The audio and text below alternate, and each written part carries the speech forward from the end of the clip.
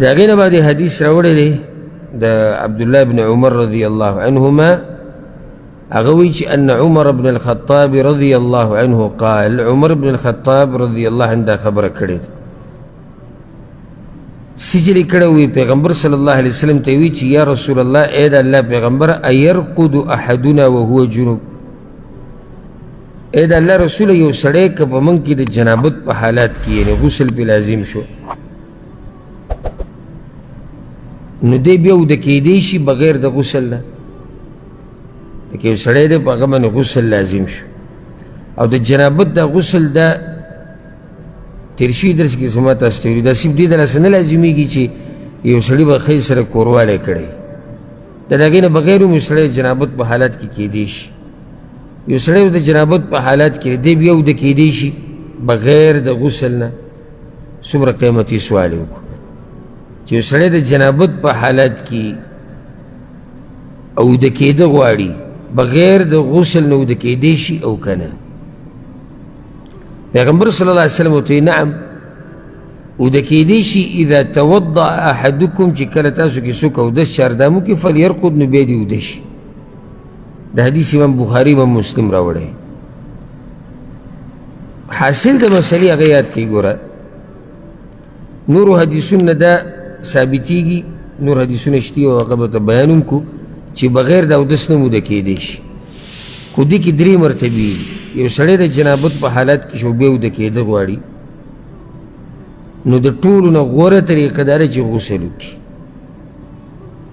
دا ولې غوره ده د مرګ پته نه لګي طهارت حاصل شو او عباداتو کې تادي کول پکاري نو د ټولو نه غوره دا ده چې دی څه وکړي غسل وکړي که غسل نه کوي نو دویمه مرتبه کې غوره څه دي چاردام دی وکړي شنو چې چاردام څه فایده ده چاردام فایده دا دی چې دا هغه جنابت کم کړي کمی پکې راوړي ستا دپاره عبادت روا کېږي نه په دې سره ګوره لکه یو سړی د جنابت په حالات کې یو چاردام یې وکړو لمونځ پې کولی شي نه نشي کولی درېیمه مرتبه دا ده چې نه غسل کوي او نه اودس چاردام کې اوده شو نو دې کې هم څه حرج نشته خو د دې نه غوره دا وه چې د غسل کړی و پای پسې غوره دا وه چې د چاردام کړی او که نه یې کوي نو بیا هم صحیح ده بعضو علماو پکې دا مرتبه هم ذکر کړې ده که غسل اودس چاردام نه کوي وایي تیمم دې وکړي الغرض که یو سړی نه غسل کوي نه چاردام کوي اوده کېده ورله څه دي جایز دی په هغې باندې یو دلیل دی هغه دلیل په صحیح بخاري کې ده او په صحیح مسلم کې ده عائشه رضی الله عنها وی کان النبي صلی الله علیه وسلم اذا کان جنوبا پیغمبر صلی الله علیه وسلم چې به کله د جنابت په حالات کې فاراد ان یأکل او ینام چې هغه به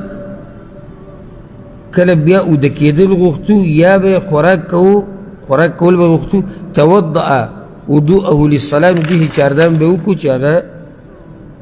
څنګه چې د مانځه دپاره کوي او په دې باندې پیغمبر صلی الله علیه وسلم داسې امر نه دی کړی د وجوب دپاره چې دا کار لازم دی بلکې ښه صحیح آثارونه دا خبره ثابته ده چې بغیر د دې نه هم اوده کیدی شي بازار ته وتی شي خبرې اترې کولی شي تاسو به یو حدیث اورېدلی ابو هریره رضی الله عنه پکې بار ته وته